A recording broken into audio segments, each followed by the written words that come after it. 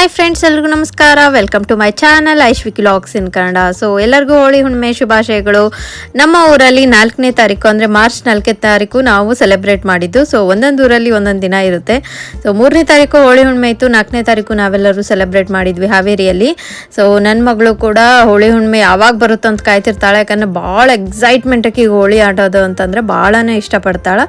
But ಶೈ nature ಅಷ್ಟೊಂದು ಎಲ್ಲರ ಜೊತೆ ಬೆರೆಯಲ್ಲ, ತನ್ನ ಪಾಡಿಗೆ ತಾನು ಆಡ್ಕೊಳ್ಳೋಕ್ಕೆ ಇಷ್ಟಪಡ್ತಾಳಷ್ಟೇ. ಸೊ ಅವಳನ್ನ ಸ್ವಲ್ಪ ಓಣಿ ಹುಡುಗ್ರ ಜೊತೆ ಎಲ್ಲ ಬಿಟ್ಟೆ, ಸ್ವಲ್ಪ ಬೆರೀಲಿ ಎಲ್ಲ ಮಕ್ಕಳ ಜೊತೆ ಅಂತ ಅವಳು ಭಾಳ ಎಂಜಾಯ್ ಮಾಡಿದ್ಲು.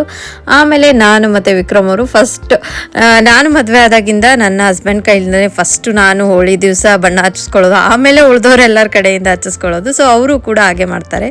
ಸೊ ಮೊದಲು ಯಾರು ಹಚ್ಚಕ್ಕೆ ಬಂದರೂ ನಾವು ಹಚ್ಚಿಸ್ಕೊಳ್ಳಲ್ಲ. ಸೊ ತುಂಬಾ ಎಂಜಾಯ್ ಮಾಡಿದ್ವಿ. ಇಲ್ಲಿ ನೋಡ್ರಿ ಅವ್ರ ಅಜ್ಜಿ ಸ್ನಾನ ಮಾಡಿದ್ರು, ಅದಿತಿ ಬಿಡಾಕತ್ತಿದ್ದಿಲ್ಲ, ಅವ್ರ ಅಮ್ಮಾಗೆಲ್ಲ ಬಣ್ಣ ಹಚ್ಚಿದ್ಲು.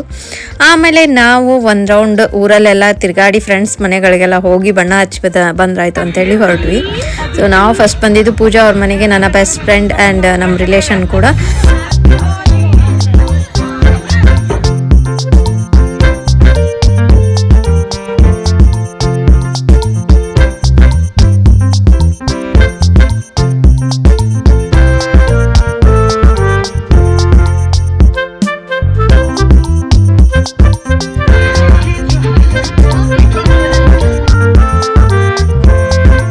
ಅಲ್ಲೆಲ್ಲ ಫ್ರೆಂಡ್ಸ್ ಜೊತೆ ಡ್ಯಾನ್ಸ್ ಮಾಡಿದ್ವಿ, ಎಂಜಾಯ್ ಮಾಡಿದ್ವಿ. ಫುಲ್ ಹುಡುಗರೆಲ್ಲ ನೀರು ಹೆಚ್ಕೊಂಡು ಸ್ನಾನ ಮಾಡ್ಕೋತಾ ಎಂಜಾಯ್ ಮಾಡತ್ತಿದ್ರು.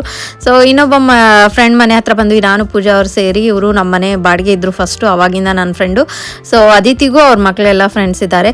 ಸೊ ಅವ್ರ ಜೊತೆ ಎಲ್ಲ ಅದಿತಿನೂ ಭಾಳ ಎಂಜಾಯ್ ಮಾಡಿದ್ಲು. ಹಾಗೆ ಅಲ್ಲೆಲ್ಲ ಮುಗಿಸ್ಕೊಂಡು ನಾವು ಹಾವೇರಿಲಿ ಫುಲ್ ಒಂದು ರೌಂಡ್ ಹಾಕ್ಕೊಂಡು ಬಂದ್ರಾಯ್ತು. ಯಾವ ರೀತಿ ಆಚರಣೆ ಮಾಡತ್ತಾರ ಅಂತ ನೋಡಕ್ಕೆ ಹೋದ್ವಿ.